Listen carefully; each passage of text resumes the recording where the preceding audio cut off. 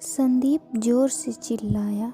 इतनी देर से खड़े खड़े थकान हो गई। बस अड्डे पर रिक्शे वालों का भाव दुगना हो जाता है, उसे चीड़ मच रही थी। 3-4 रिक्शे वालों से पूछ चुका था, भैया लालगंज चलोगे?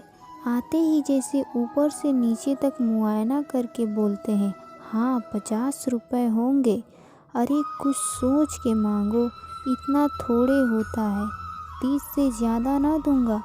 और रिक्शे वाला आगे सवारी की तलाश में बढ़ जाता। संदीप ने भी सोचा, 30 से ज़्यादा ना दूंगा, अभी भीड़ कम होगी तो खुद ही आएंगे। इन सब का भी दिमाग खराब हो गया है, यूं ही खाली घूमेंगे पर किराया दुगना ही बताएंगे। ये भी भला कोई बात है।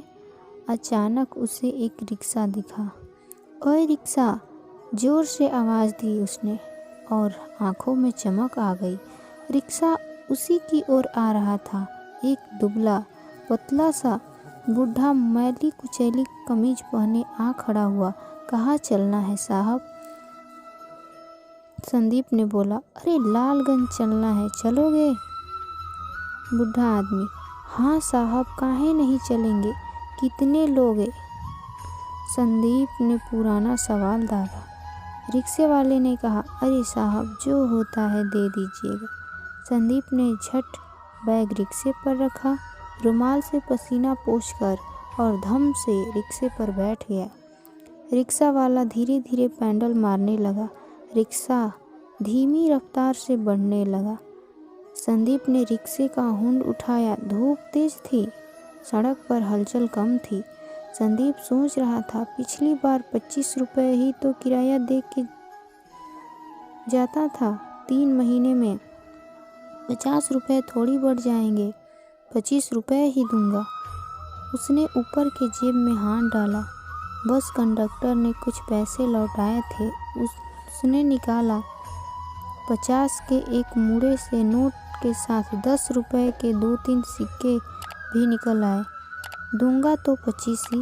इन सब का दिमाग बहुत ख़राब हो गया है, मनमाने पैसे मांगते हैं साले।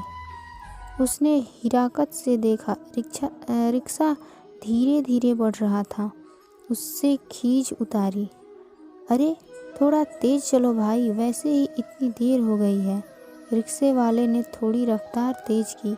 संदीप ने यूं ही पूछा, क्यों इस उम्र में रिक्शा चलाते हो भाई?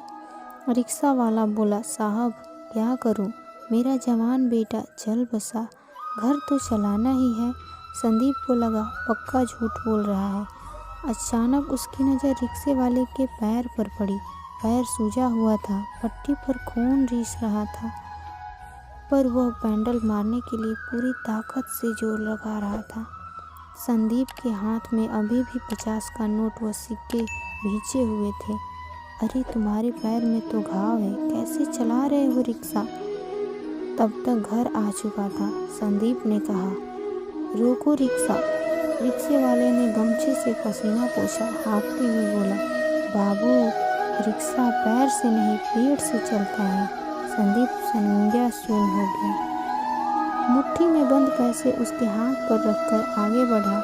रिक्शा वाला बोला, अरे बाबू आपने पैसा ज़्यादा दे दिए हैं। संदीप ने भारी गले से कहा, कुछ खा लेना बाबा, ठीक है। मानसिक संकीर्णता शून्य और उदारता का रूप ले चुकी थी। उसके कानों में गूंज रहा था स्वर, बाबू पैसा। बाबू रिक्शा पैर से नहीं पेट से चलता है। बाबू रिक्शा पैर से नहीं पेट से चलता है।